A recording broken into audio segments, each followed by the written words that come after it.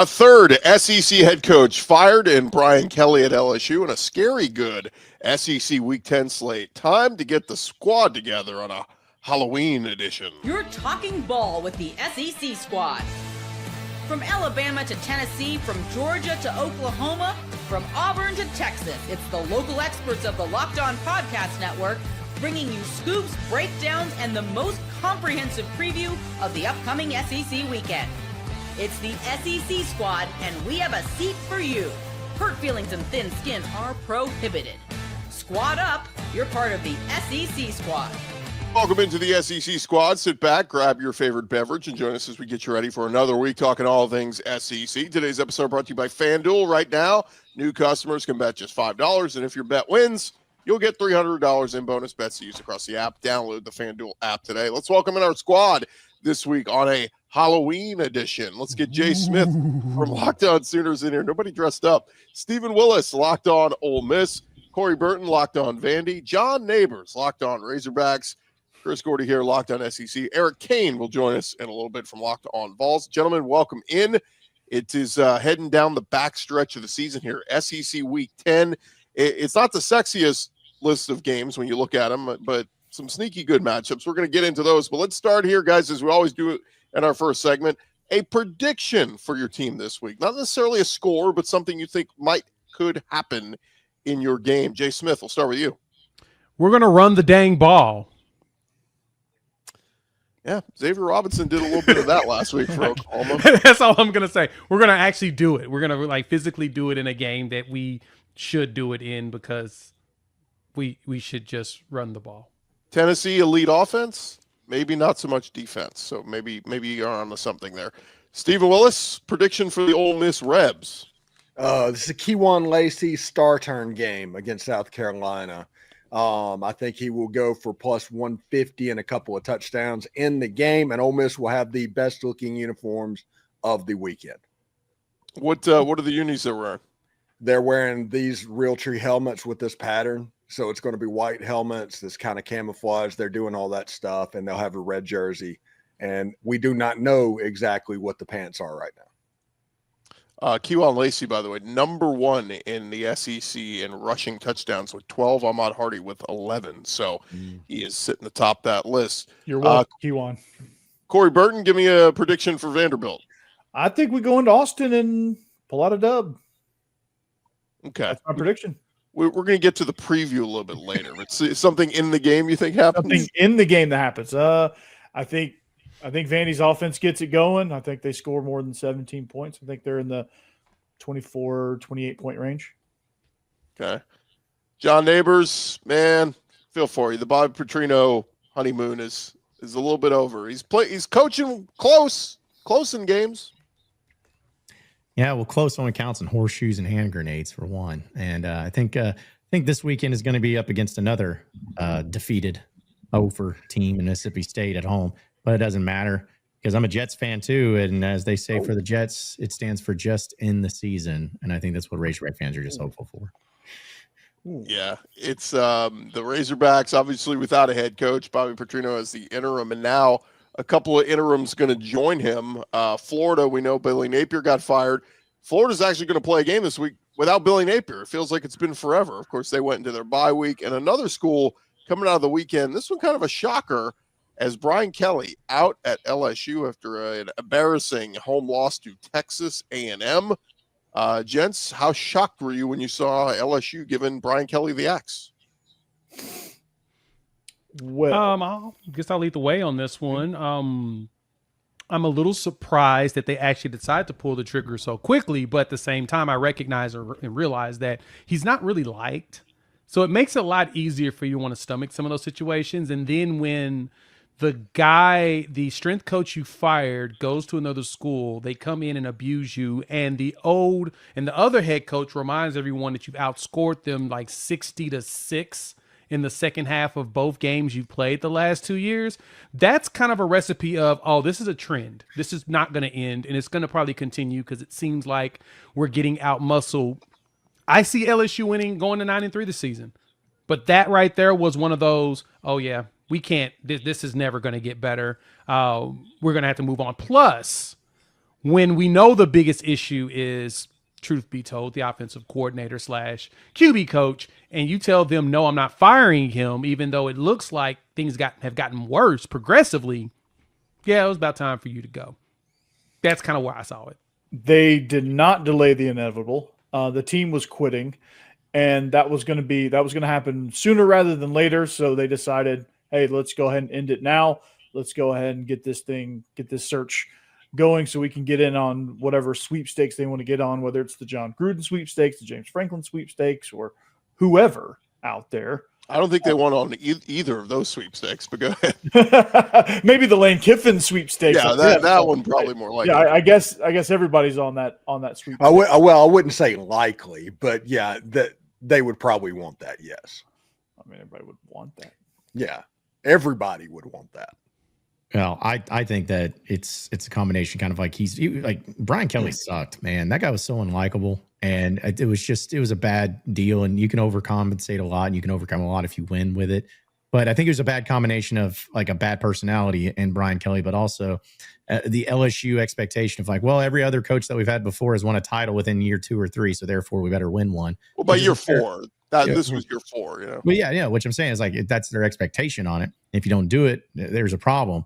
But, you know, it's as I've never won a championship with my school, so I can't really speak on that front. But I can speak on the fact that sometimes if you continue to take things into consideration the same way that it's been for 10 to 20 to 30 years, and it's like, well, it has to be the same way here, it could end up biting you. So LSU, it's still to me the best, if not one of the best jobs in college football. But at the same time, I feel like, are they going to be able to get who they want like they think they are? I'm not so sure about that. Yeah, just a real quick thought before we go to Steven. The A&M model is one that's interesting, right? Because Jimbo was the high-paid, massive buyout to get rid of him, and they go the Mike Elko route. And on the surface, he's the Duke coach, right? Like, and they went cheaper. I want to say he was coming into this year was the 32nd highest-paid coach. I wonder if that's the route to go. Instead of chasing Lane and all these $11, $12 million a year coaches, go with the up-and-comer, and in this case, A&M had a relationship with Elko because he was their previous DC, but like get the $7-8 million guy for your LSU and then surround him with elite coordinators. Colin Klein is a big-time OC under Elko at A&M. Like that might be the new route to go in this NIL age, and let's save some dollars for the players because that's really who should be getting the bulk of this, not these idiot agents and coaches. Yeah, you got Scott Woodward. He has a buyout that he paid to Jimbo Fisher, and now this one to Brian Kelly. It comes out to like $130 million total or something like that. It's absolutely astronomical. I knew this was over the moment that the game ended against Texas A&M, and they were audibly chanting that you could hear on the speaker, "Fire Brian Kelly." I mean, the whole stadium was going nuts. Like everybody that stayed in Tiger Stadium was chanting that. It's like they are about to act because LSU's not going to put up with that. That's something. Not since Curly Hallman back in the days have they put up with this repeatedly. But I do think LSU, I think they are going to go the Elko route. I would be curious to see if it was somebody like Kenny Dillingham that you just go and pluck that. If I like it a lot. Yeah, that feels the direction they go because they just had their Jimbo essentially with Brian Kelly. They have to go the other way, but they also go in the other way. There's a good chance they're going to get this right because you're not just, hey, we're going to throw money at the problem. They're going to find somebody that, hey, he'll take $5, $6, $7 million a year, but he'll be very good at what he does. Is this guy worth it? Is this guy going to be able to take this program to other levels? I trust LSU to do that. The question is, how involved will Scott Woodward be? That's the question. That is the question. Well, let me just add, the governor's involved, and they're trying to get a new school president there. The rumor is Scott Woodward might be out. So we'll see how this plays out. There might be a new AD there. If Scott's gone, then I think that LSU gets it right. If Scott's there, you're probably going to get Jimbo Fisher. They're not going to hire Jimbo Fisher. Should we forget? That would be he hired him at A&M. I'm just saying. I know it sounds ridiculous. He's a former LSU OC too, but I don't think that. Well, like you said, that's the reason why Scott's gone. That's why we won't expect that because he's gone. Yeah, but to me, that again, it goes back to, and I'm not saying LSU is going to be guilty of this, but they just have to be careful of it, of the arrogance that's like, well, we're LSU, we can get whoever we want.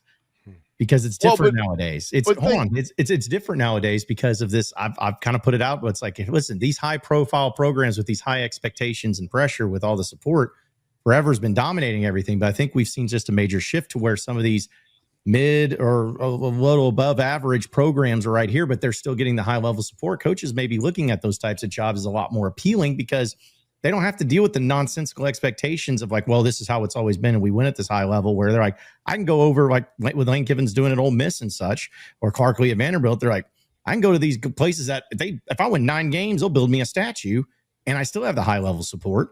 And I don't have to deal with the nonsense of dealing with governors and dealing with all of that. I'm not saying this will happen with LSU. I'm just saying the caution that needs to be had of just, well, we can get whoever we want and who wouldn't want to come here. You got to make sure that you're able to provide plenty of patience, but also plenty of support at the same time. Well, the only thing I was going to add is go look at any of the coaching searches of the last decade. No one ever gets the first name that they want.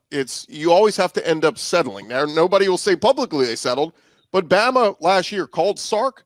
They called Mike Norvell. That's a fact. They settled for Kalen DeBoer. It's working out. It's been great so far. Well, it's been great this year. It wasn't great last year. But, like, you never get the first fish. The big fish is always the big name first, and then you never really end up having to settle. So we'll see, and I'll ask you this, John, does it kind of scare you with LSU being open now, Florida being open, maybe Auburn will still open? Does it scare you on who Arkansas will target?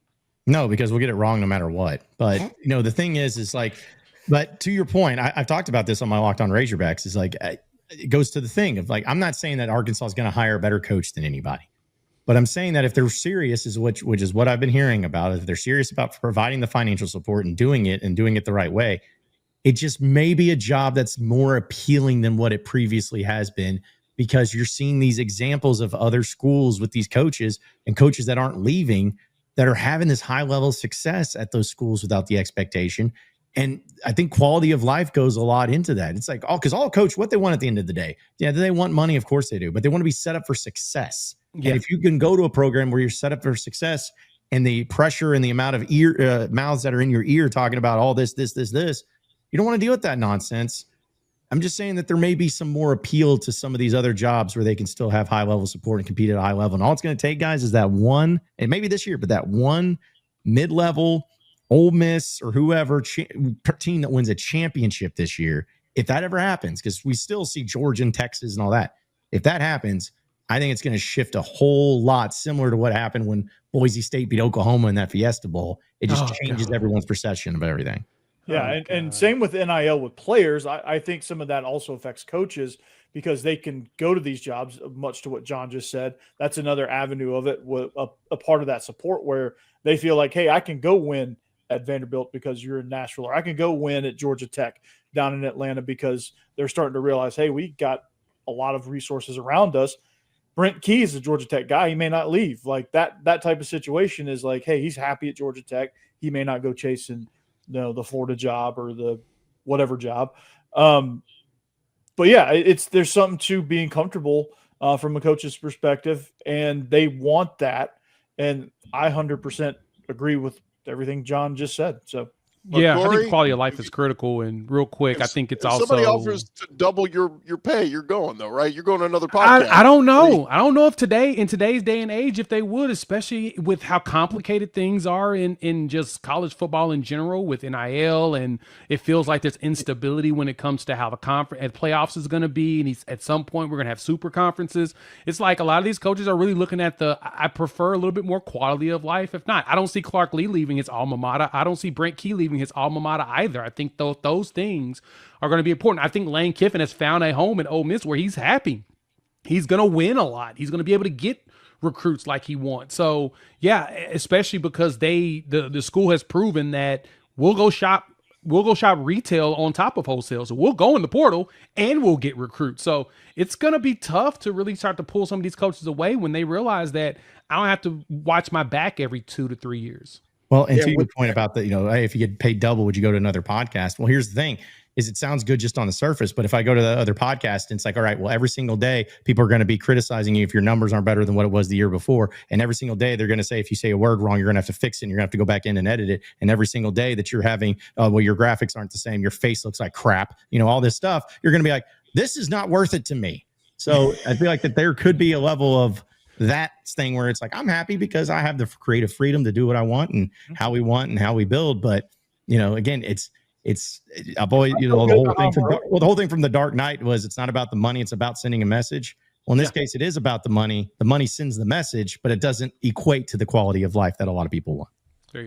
One thing, before we do this real quick, everybody has Lane Kiffin at the top of their list. Every list that comes out, you see Lane Kiffin. Lane Kiffin has an offer to where he will be the highest paid football coach in college football on his desk, right around that territory right now. So any type of a pay bump for him, we're talking $20 million, which isn't going to happen.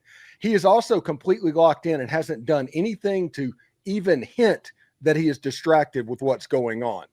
And if Ole Miss makes the playoff, which they'll be double-digit favored against every team they play, I know you're smiling, John. We'll get to that a little bit later on. But if they make that playoff, we're talking about late December. And with everything going with the transfer portal and all of that, you would have to pay $17, $18 million and wait until January. Lane Kiffin isn't going anywhere in that situation. Well, I question making him highest paid. He shouldn't make more than Kirby and Ryan Day, who have national championships. He shouldn't, but he also isn't at Georgia. Yeah. Well, how about he makes a playoff at Ole Miss first? How about that? And he's in a good shape. I'm all for it. Either he is going to make the playoffs at Ole Miss, which it's getting close to statue worthy for him, or he's going to have the biggest choke job in Ole Miss history and not make the playoffs. Did it last year? Yeah. Back-to-back years. Either way, that is exactly what we're looking at right now. Then he's going, hey, reach out to Florida LSU. Let's see if we can make this happen. All right, are you going to hire Ole Miss's coach that missed the playoffs in that situation back-to-back? Yeah, years? He's still sexy. Exactly. The jobs are open. They're looking for a coach. All right, when we return, guys, a loaded SEC Week 10. We'll get to that coming up next. Back to the squad in just a second, but first, the NBA season is back, and there's no better place to get into the action than with FanDuel, the official sports betting partner of the NBA. Even if you miss the start of the game or you want to ride the hot hand, FanDuel, they have live bets on everything from who will score next to fourth quarter comebacks. Plus, you can even combine your live bets into a same-game parlay for a shot at a bigger payout. Keeps everything more exciting, every game more exciting, especially when your team is making that late push. And of course, they got all the professional sports up there, college as well. All these great SEC lines, they got all of them each and every week right there at FanDuel. If you've never signed up before, you might want to think about doing it. Right now, FanDuel is giving new customers $300 in bonus bets when your first $5 bet wins. So just head to FanDuel.com, sign up, and play your game with FanDuel, the official sports betting partner of the NBA. SEC squad are all along here. Welcoming our buddy Eric Kane, Locked on Vols. He joins the party. And gents, let's get into 6 SEC games this weekend. Let's start previewing the first one. And why don't we start with Corey, who's got Vanderbilt at Texas? To me, this is the fun game of the week. SEC Nation is heading to Austin. Arch is in concussion protocol. It will be Matthew Caldwell against Vandy, but the Vandy train just keeps rolling here. Corey, you found a way last week, 7-1. Top 10 in the country. You can't end this train this week, right? No, you can't, because the things that you did last week to find a way to win are the same things that I think that you can present problems to Texas. I don't think Texas's defense is quite as good as Missouri's, especially on the edge. Missouri has two of the best edge guys that I've seen in this conference with Zion Young and Damon Wilson. So they can get something going. If they can control the ball a little bit, they'll put pressure on Texas's offense, who struggled to find an identity. I think there's something there. So, yeah, I'm very much excited. The train is very much on the tracks. It's rolling. Clark Lee's doing a hell of a job, and here we go. I'm pumped, dude. Yeah, I'm pretty conflicted because if Caldwell has a big game, that place would just absolutely like nuclear bomb explode if that happened. If Texas's offense looked competent, oh my gosh, I would love to see that. But on the other hand, how fun would a 10-1 Vanderbilt versus a 9-2 Tennessee be? Eric? That would be amazing. That would be absolute crossover would be cinema. Well, that would be we need, from a Tennessee's perspective, I mean, you need Vanderbilt to keep winning. I mean, let's be real here. Like, Tennessee lost to Georgia in a game it could have won 17 times. It lost to Alabama on the road. It looked pretty bad in that game. You got to beat Oklahoma this week. Okay, that'd be a ranked win. Tennessee can beat Florida on the road. It hadn't since 2003, but say you win that game, 10-2 should be good enough to get you in the SEC, but you need Vanderbilt to kind of be packing a little bit of a punch there at the end of the year, right? That'd be the second ranked win. That makes your resume look a little bit better. So there's literally no doubt at 10-2 Tennessee would get in. So yeah, I mean, I never want Vanderbilt to win, but you kind of want Vanderbilt to keep winning. Therefore, you beat Vanderbilt at the end of the season, and it makes your resume look that much better.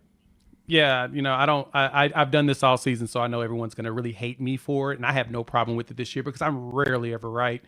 Told y'all Vanderbilt was going to be a problem this year, man. I'm excited for the He told me earlier today, he was like, I told you Joey Aguilar was going to be great. I told you. See, hey, look, I am rarely right. That was the things that I just knew when I saw it, the way it lined up. And this will be a fun one. Just as Steven said, if Caldwell goes out there and has a game, oh my God, things are going to explode in Texas. And I honestly believe Sarkisian's gone if that happens, because that's going to be a massive indictment just in general of everything that's been going on there if he shows out. They lose, he's probably still gone anyway. Actually, I probably think he's gone regardless. I really think that it's at this point he's just stressed out and he's ready to do something that's a lot simpler, which is, coaching the NFL. I know that he can convince them to pay him like they're paying Jim Harbaugh, which is like $11 million or $12 million or something like that. So he won't lose much money going into the NFL. They'll figure it out if they really want him, if they're serious. But I do think Vanderbilt's going to give them a problem because I don't know if Texas offense is going to be that competent against how good this Vanderbilt defense has been playing. And as Eric mentioned, this is important. They both need to be as close to 10-1 and 9-2 as possible in that final game, because that would be absolute cinema. I need that. Inject that, please. Yeah, and hold on, Chris. You guys are going to get a little bit of dose of what Matt Caldwell can do, because their game plan is, hey, obviously backup quarterback, force the game into his hands, make him be the hero, make him beat you, make him actually force that issue. So we're going to see if he can do that really quick. And also, do not punt. Yeah, don't to Ryan Niblett. Yeah, I mean it's punch that guy. Yeah. Well, I'll also say this too, real quick. First off, congratulations to Vanderbilt to finally catching up to Arkansas since 2012, having the most SEC wins, second most SEC wins. And so it's great. Not anything I count on or anything, but still, it'll be the funniest thing though if Vanderbilt ends up winning this game. Funnier than any other win that they have this year. Because it's always funny when you beat Texas, but to go in there and beat Texas and essentially in their season. Like, I don't know why there's their season in their house. Right, in their house. And to be Vanderbilt. And it's, again, no offense, but it's Vanderbilt. They have just so much pride, all the money that they have. I mean, they have so much money, they could spit on the kids if they wanted to. And they're going to be over here, like, losing to Vanderbilt at home, ending the season, chaos. Just make every job open and have some fun with it. It'll be a great offseason. Well, let me come over to the Titans. Let me defend Texas real quick. Arch has not been ruled out yet. There is a chance he could go. He just had his best performance of the season. That second half against Mississippi State was very impressive. If Texas can win out, they're a playoff team. But that's a big if. I mean, you got to get through Vandy. You still have to go to Georgia next week. And then, of course, finish with A&M at home in the last week. Now, I think they can beat A&M in Austin, but those other ones are going to be tough. You skipped a game somewhere in there, Gordy. Oh, Arkansas. Yeah. Hey, Arkansas can score. All right, they possibly could. They can score. Yeah, and remember, Vanderbilt has a winning record all time against Texas. All right, well, let's speed up a little because we got 5 more games to get to, and unless you guys want to make this a 5-hour episode, just ask you to be quick when we talk the games. Eric, let's jump to OU at Tennessee. Yeah, big game. Obviously, we were talking about Texas just a minute ago. If Texas wins out, it's a college football playoff team. If Texas loses this weekend, it's done. If Tennessee loses this weekend, it's done. If Oklahoma loses this weekend, it's done. college football playoff. You can't win the championship. You can't get in the playoff this weekend, but you can play yourself out of it. And this is what this game is. And, aside from the game, it's, night at Neyland. First night game at Neyland all year. Can you freaking believe that? Spooky Rocky Top's going to be playing. It's going to be awesome. Dark mode. It's going to be a show. A lot of extra juice in the stadium if you even need any more. And plus, Josh Heupel's playing Oklahoma, and this game means more to him than any game he will ever coach in his life. This game always means that much more. So I'm excited to see what happens. Tennessee's defense is not good. A lot of points going to be scored. John Mateer looks like a shell of himself since the injury, but he will look like the Heisman frontrunner he was at the beginning of the season against this Tennessee defense. Having said that, the defense will create a couple takeaways and maybe even score a touchdown off that takeaway, because that's what Tennessee's defense does well, and it will also give up about 40 points. I'm excited to see what this offense looks like. I think this can be a high-scoring football game. I think Tennessee's got to run the football, and I think a big start is critical, because I feel like some of the big games at home this year, Tennessee hasn't started off like the way you'd like, at least defensively, and so it kind of took some air out of the stadium a little bit. I feel like Tennessee's going to need this crowd in a massive way, but I think this is going to be a big one. I think Tennessee's defense needs to make a couple of stops, couple of takeaways, but more than that, I think Tennessee's going to have to score at least 35, and I know that Oklahoma's defense is really good, but hey, Ole Miss put up 34 against them last week, and so I think Tennessee's offense can certainly do something to that tune. Jay, I wanted to ask that's the thing. you this. Go ahead. I wanted to ask you about Mateer and his hand and the confidence that he has in the mental aspect of still coming back from that injury. Is he progressing better towards that? Is that, that's got to be a big factor, right? No, there's nothing wrong with his hand. His hand's about 100%. Well, I'm talking about it's his head. Yeah, it's 100% his head. And I hope he progressed. I hope he figures some of this stuff out, because that's going to be the most critical part, right? Like when you go back, I went back and watched some of the All-22 of the Ole Miss game, and literally had dudes running wide open. He just didn't look their direction. Like he just missed it. It was flat out it's like he had spaghetti brains the entire time. And I was kind of even nervous to wonder if he had a concussion or not. And that's not me saying that lightly. He just did not look like he was looking anywhere. And as soon as the pocket, because if you give a defensive line, I don't care whose line it is, you give them 5 seconds, they're going to make it collapse, period. And so in the first two, you got to start figuring out where you can go. And he started locking in on receivers immediately and just standing there and waiting and waiting and waiting. And then, of course, Princewell went in there and started smacking him upside his head. So I'm fearful. I don't think he has that, but he talked about it after practice on Monday and said, I just got to do better with my eyes, and I got to do better about, scanning it and getting rid of the ball. And it is feeling just like, the SEC short group is feeling a lot like last year. It's exactly what it looks like. Jay, don't worry, man. You know what the perfect remedy for that is? A Tennessee defense. Okay, you might be right. And so there you go. If Mateer has a big game, there's a chance Oklahoma can pull it out. What I'm truly curious is that, did this defense learn its lesson against Ole Miss? Lane and me and Steven talked about this, in the crossover and everything, and afterwards on the roundtable. Lane had the perfect game plan. He slowed down. 35 minutes of time, he just sat there and he held the ball. They waited before they snapped it. They just took their time, and we weren't prepared for that. That was literally all scheming. Lane is a fast-paced guy, similar to Heupel. That's usually at tempo. They didn't do it. They were smart. They just said, we're going to take our time and we're going to be smart about it. And then Trinidad Chambliss just picked us apart, something we weren't ready for. So we'll see if Heupel does a similar Your boy Seth strategy Luttrell is not going to slow it down this week, all right? Oh, he probably won't. He's going to try to run it up, and that may be what's detrimental, but we'll see. I need Joey Aguilar to also turn the ball over, too. That way it's a lot more fun. I think it'll be a better party if both of us turn it over to each other. Gordy, I know we got to go. I'm sorry. I'm going to set the hijacker real quick. How does the Oklahoma defense that's so good only have 4 takeaways this year? Man, we don't want the ball. Okay. We like third down stops, but we didn't like them against Ole Miss. But that's really the only thing that we do well. raise your hand. Anybody like Oklahoma to win? Nobody. We're all taking now. Tennessee at home. All right. I'll take the home Yeah. team.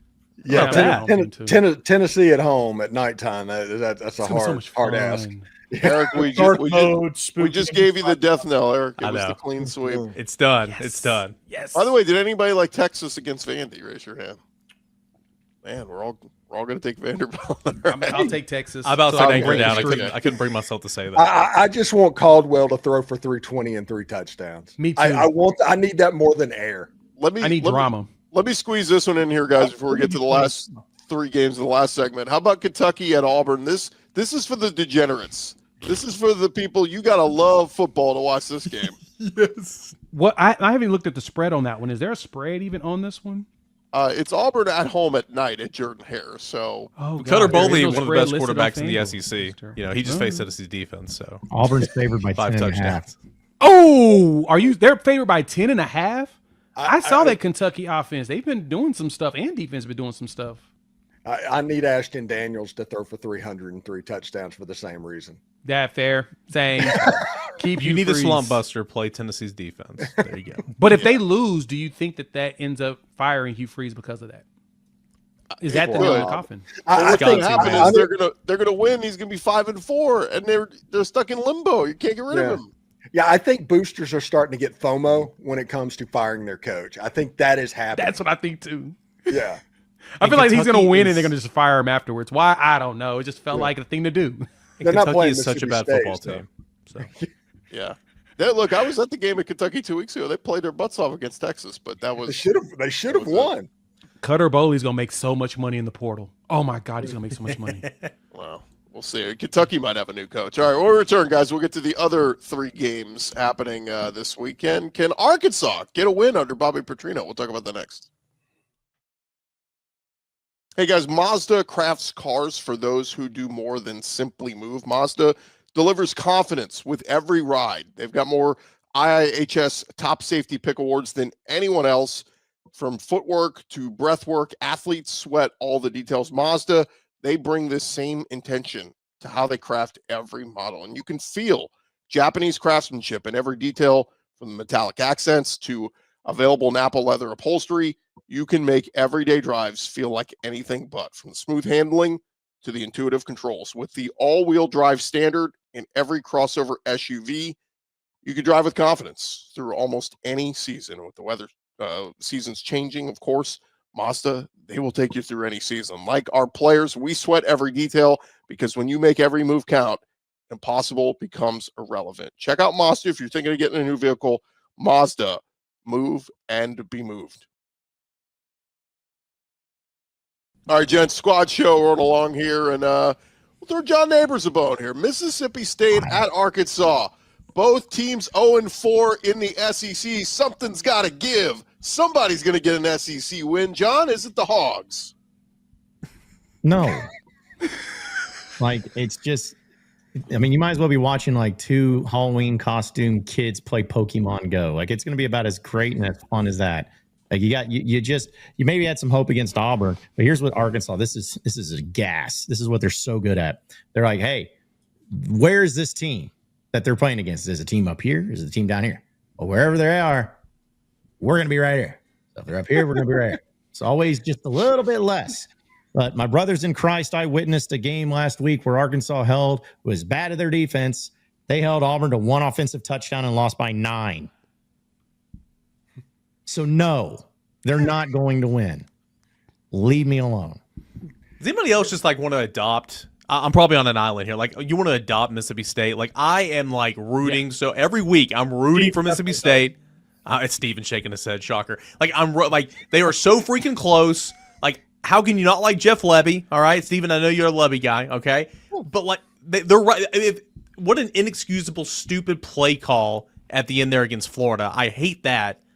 But like, it's like Mississippi State is so freaking close. They got to get one at some point. They had the win over Texas. Let's slip away. They literally had that. You give up 24 points in the to that quarter. Offense. Yeah. To that offense. You had it in your hands. You just gave victory away. Don't worry, they'll take care of it this weekend. It'll be fun. Can I tell you guys, I'm looking at ESPN.com, and you know how they list tickets as low as, like Texas Vanderbilt is tickets as low as $111. For Mississippi State, Arkansas, tickets as low as $9. $9 gets you in the door to see this one. I'm totally going to Sharks Vegas. That's price gouging. That's price gouging right there. Surprised by it, as if it's some sort of like, oh, well, how did this happen? Like, why is this going on? I just said in the last segment that Vanderbilt just tied Arkansas for now almost certain they're going to pass them up as having the least amount of SEC wins since 2012 in football. You got nothing A big old nothing burger. You know how many home games in the SEC that they've won? Arkansas has. They've won one game since 2022, and that was against Tennessee last year. And it doesn't. Again, it does not matter. It does not matter. They will lose, and I just want this season to be over with. I want some new coach. I want to blow up the whole thing because I'm sick and tired of talking about a loser program. I remember Darren McFadden and Ryan Mallett and all the great days, but I'm sick and tired of having to explain to my interns and my company, be like, yeah, this was a thing that happened once. And it's just so obnoxious that everybody else gets to have fun. I feel like I'm at the kid at the after-school program that all the parents came and picked them up from school, and I'm sitting here wondering by myself on the big toy if my parents forgot me because no one's come to pick me up just yet. Like everyone else is having fun. Everyone else gets to go home, and what am I doing? I'm sitting here. I have no idea if I'm even going to get picked up or I'm going to get kidnapped. John, you'll always have Nico running out of bounds with the game on the line and the game clock expiring. You always have that. Yeah, I was forgotten too. Right, twice a day. Great. Before as a kid. Before. So. The other part with Arkansas is they currently have the third leading rusher in the SEC in Mike Washington, the third leading passer in the SEC in Taylon Green, and the third leading receiver in the SEC in Omega Blake. Like, you're going to get entertained at least. Oh, well, good. There's nothing more entertaining than being that team that's entertaining and still sucks and loses. And you can't even lose bad enough to where you got Eric Kane's like, I wants to adopt Mississippi State. That's when you know it's bad. You're even losing, and no one wants to even like you and wants to root for you. You are the worst of all worlds. Bobby Petrino just really, I don't want to adopt anything with that. Like, just stay away. You know, my favorite stat right now is the last team that Arkansas beat in the SEC was Mississippi State last year. And the last team that Mississippi State beat was Arkansas the year before. And they're like going back and forth. And that was the 7-3 game, right? That was a 7-3 game. I hope you'll get James Franklin. That'll get you back on track. That'd be actually a very good hire. The dude wins. That's the thing. Don't patronize me. He just doesn't win he just doesn't win everything. I mean, he would be perfect. He wins games. He recruits well. And Arkansas could use that. Two more games. Would be a nice gesture. Two more games to get to, guys. Stephen, South Carolina at Ole Miss. We saw South Carolina give it their best against Alabama. Probably should have won. Ole Miss back at home. Any letdown here? I think at this point, I would be extremely surprised if there was a letdown game for Ole Miss. If there is, there's going to be a nuclear explosion down there. Because basically what I have been saying on my show and in the fan base, next year is here. This is next year. Yeah. And so the Ole Miss fans are going to be excited beyond all comprehension. They're going to be 10-point favorites in all 4 games, and they just need to win 3 of them. And that right there gets you into the college football playoff. I think Ole Miss is going to handle this game. This game is actually a good matchup for Ole Miss.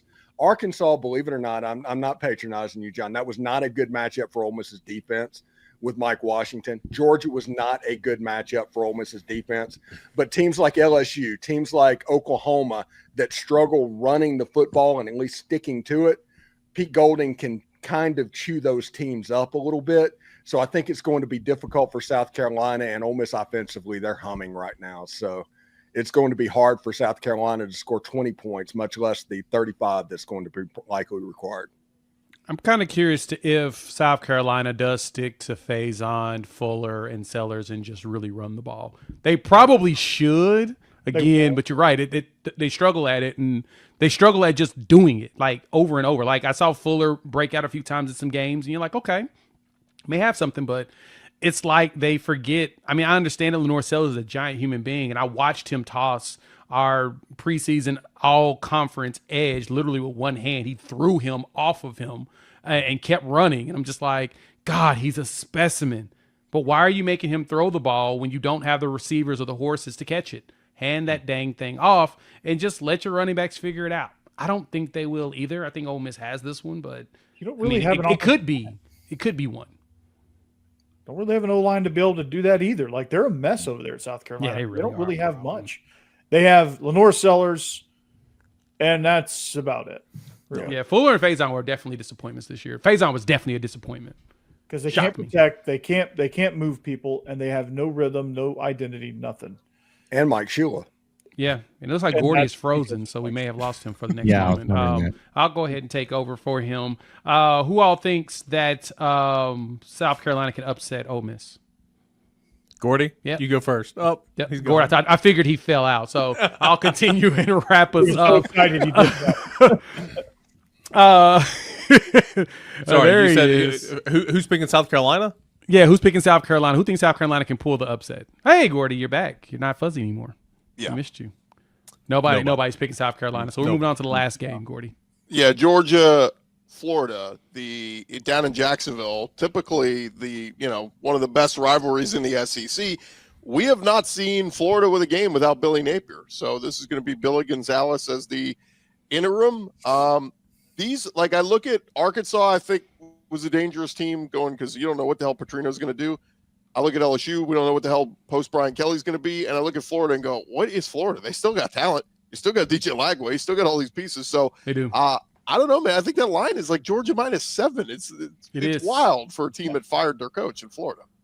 It makes sense. I would have thought they would have been like a 14-point favorite at home, personally. So this actually is a little bit lower than I actually thought. I thought it was going to be at least a 2-touchdown favorite if it was a home game.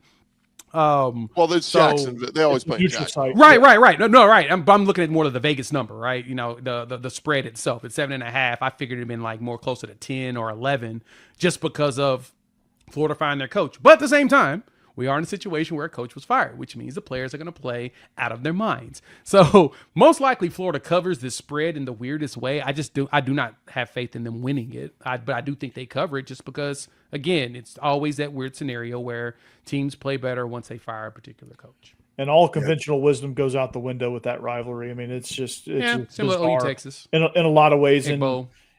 Georgia dominated it for a little while. Florida dominated it for a little while. Now Georgia's back to dominating it. So it's like goes on these big long strings of, who wins. And it's just years where you think it's going to happen. It doesn't. And vice versa. I mean, it's just a topsy-turvy type rivalry. Yeah, this is a front runner game. If Georgia can get up by a couple of scores early, Florida's going to let go of the rope. Yeah. Yeah, it's not like Georgia's defense has been super dominant this year, too. So if Florida can score some points, put together some drives, they could be in this one. I just don't have confidence that Florida can score enough points. But certainly, like what Steven said, if Florida gets down a couple of scores early, I mean, it's over. Like there's not enough punch in that offense. Yeah, not picking on you, Eric, but the only game that I have faith that Florida is going to actually show up and look like Florida in is when Tennessee is playing in that stadium. Or Florida could look like crap and Florida could still win. Yeah, fair. Because it is at Florida. So half the games since 2003, especially down there, like they've looked like crap and they've still won.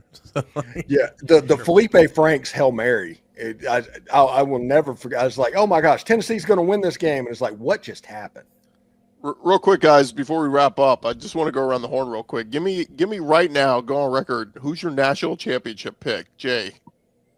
Oh God, great! I appreciate you doing that too. Just off the top of your head, pick a team you think can most likely win the championship right now. Could This most change. win? Yeah. Not in the SEC, right? Yeah, anyway, any team.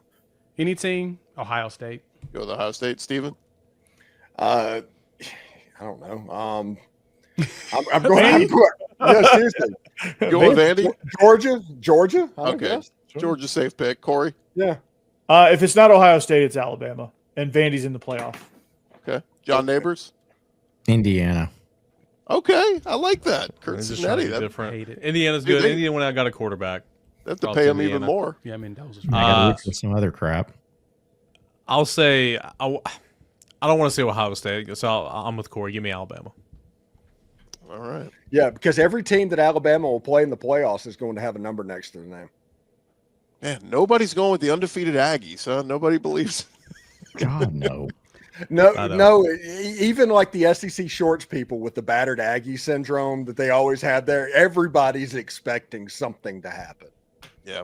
Anyway, I figured that'd be a fun exercise going into Halloween weekend. We'll circle back on this in December or January and see if anybody called it then. But, gents, it's always fun. Remember to follow and subscribe to your favorite SEC team. We'll be covering your favorite team every day throughout the season. And don't forget, I'll have you covered with the whole conference every day with Locked On SEC, part of the Locked On Podcast Network, covering your team every day. Imagine talking about the Razorbacks every day. 281. I love you, John. Go Vols.